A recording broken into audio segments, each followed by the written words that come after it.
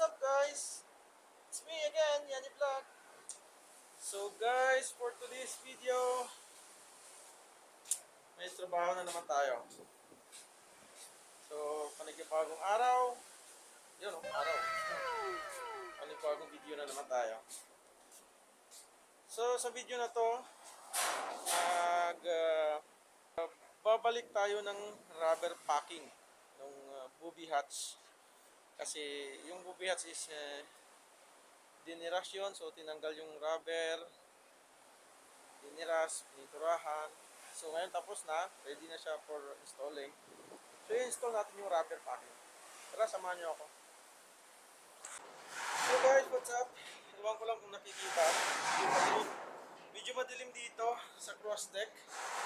Saka maingay pa yung container. Ayan, lalakita. Medyo masama kasi panahon ngayon. So ito yung gagawin natin. Ito yung tawag na booby hatch. Daanan yan papuntang cargo hold. So bubuksan natin yan, tapos kakabit yung rubber pack.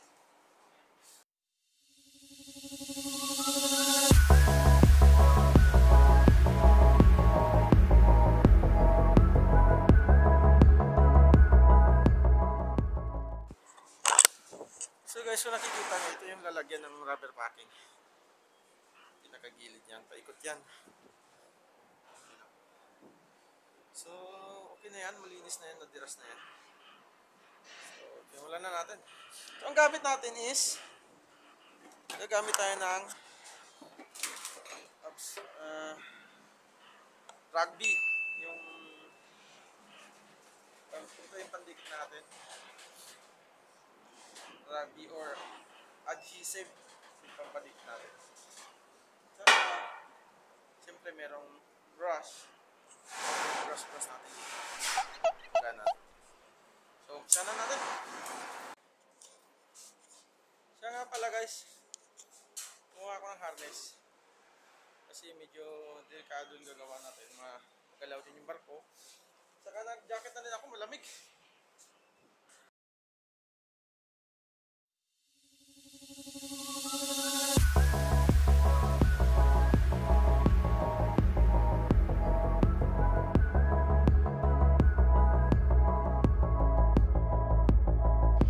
You're like my kryptonite, got me on consignment. Baby, I can't deny. I know.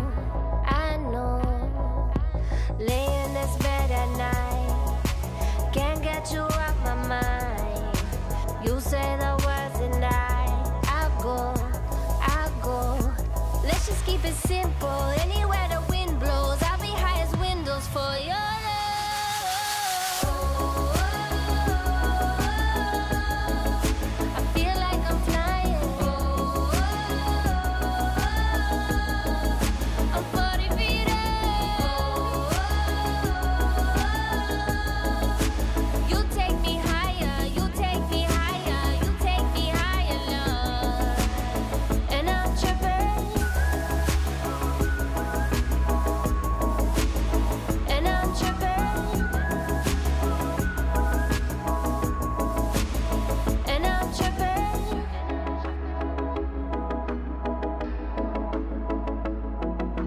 You're like my kryptonite, got me on consignment.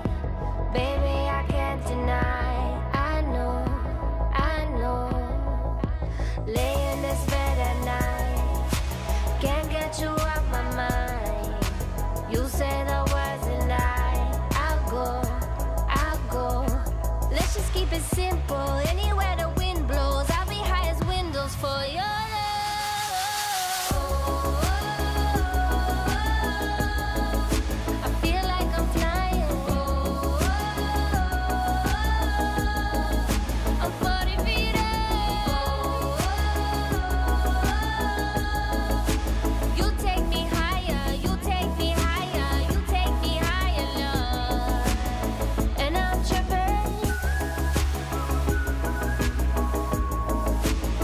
And I'm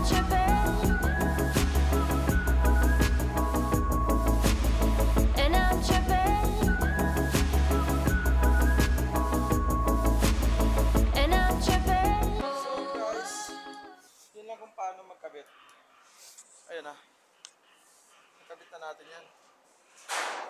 Oh my God! Wow! Pogi na yan. I feel like I'm flying. I'm 40 feet up. You take me higher, you take me higher, you take me higher, love. And I'm tripping. And I'm tripping. And I'm tripping.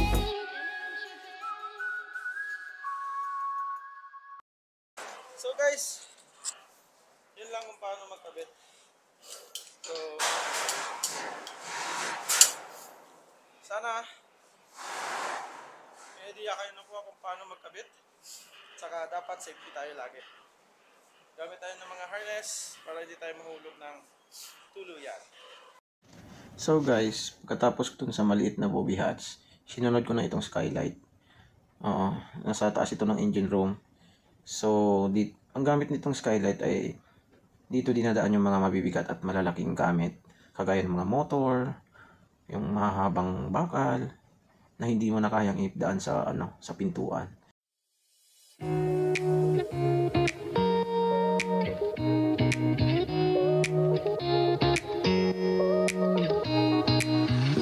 Ang nangyari dito,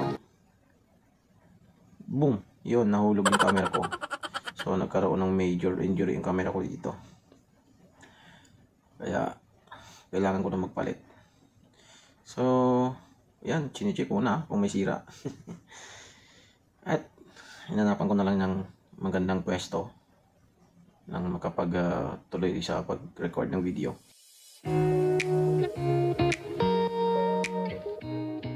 So, sa time na yun, dumaan si Cadet. Suplado. Hindi naman sin. So guys, kailangan habang nagtatrabaho tayo, lalo na sa medyo parte na delikado or pwede tayo mahulog, kailangan nakakonect yung harness natin.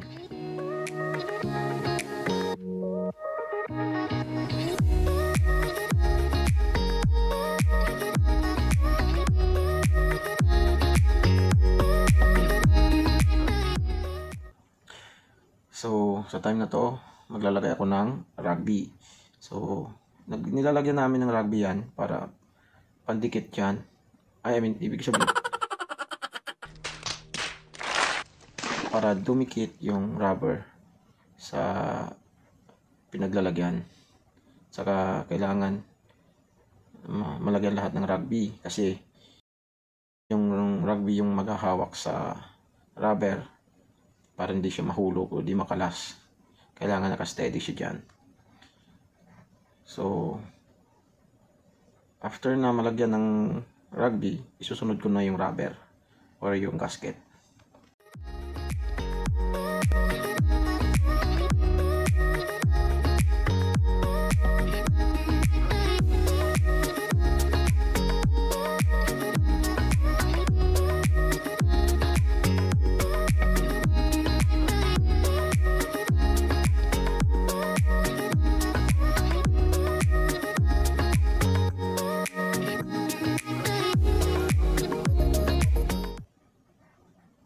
So dito guys, tapos ko na maglagay ng rugby, so ilalagay ko na yung rubber. So ginagamitan ko siya ng maliit na martilyo para pumasok. Kailangan isukat mo muna siya dulo at dulo kasi Gago! minsan kasi sosobra siya, minsan naman iiksi. So, kailangan mo munang isukat yung dulo-dulo Tanga talaga. bago mo ipasok lahat para ma-adjust.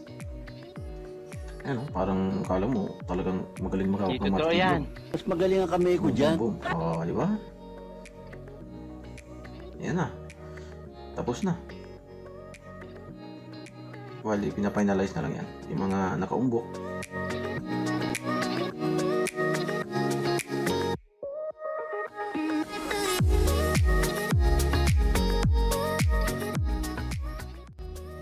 So, sa ngayon, sinasarado ko na para make sure na pantay at malapat yung rubber natin.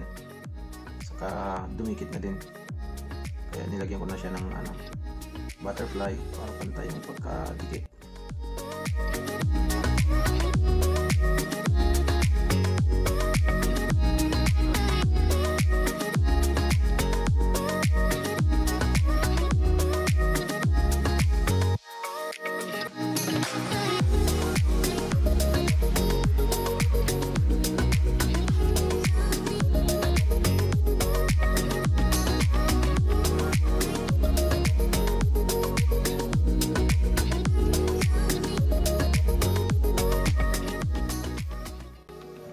So, sinunod ko na naman itong maliit ulit na bobby hats. Bali, 3 kasi itong gagawin ko. And nasa ilalim ako niya ng ng cross deck. So, need pa din natin magkabit ng harness. Sa pangalawang beses na to, nahulog ulit yung aking camera. So, double injury na siya. Hindi ko nga namalayan nahulog yan. So, continue. Lagay lang ng rugby.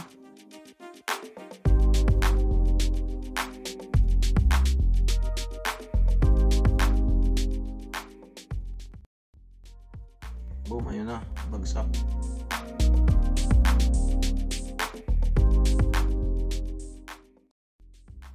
So ayan, konting punas-punas. Balik na naman sa video.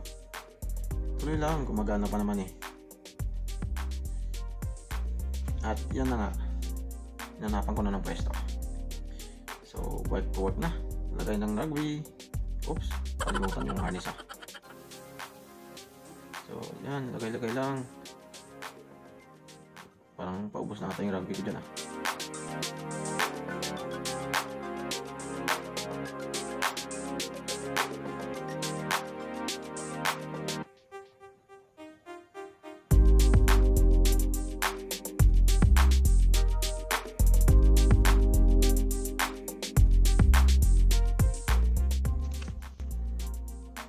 So guys, ganun lang din yung ginawa ko. Naglagay lang din ng rugby. Tapos after nyan, lagay ko na din yung rubber. Kung ano lang din ginawa ko dun sa una, yun pa din gagawin ko dyan.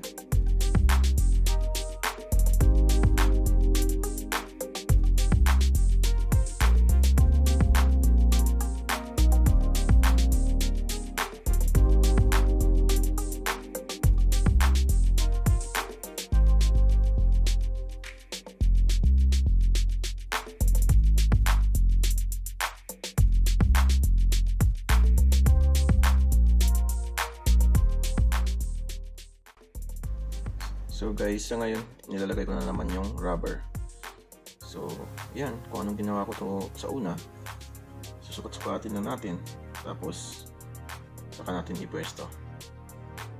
Pero, kadalasan, pag ako naglalagay, yung dugtong is nasa baba. Nasa baba ng bobby hatch. Para hindi siya kita.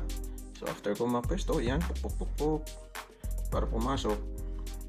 Saka, mapesto na maayos. So kailangan din talaga guys meron kang pamapok. Kasi minsan medyo matigas din siya, ayaw niya pumasok. Lalo na yung rugby medyo patuyo-tuyo na din. So yan, pukpok lang ng pukpok.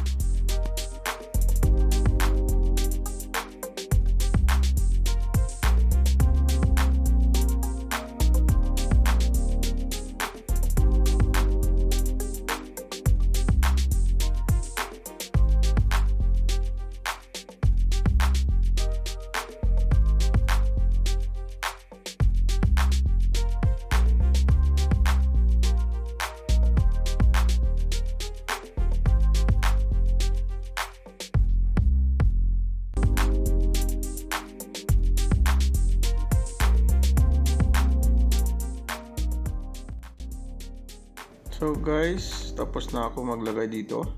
So thank you for watching. Don't forget to like, share, and subscribe for my channel. Thank you.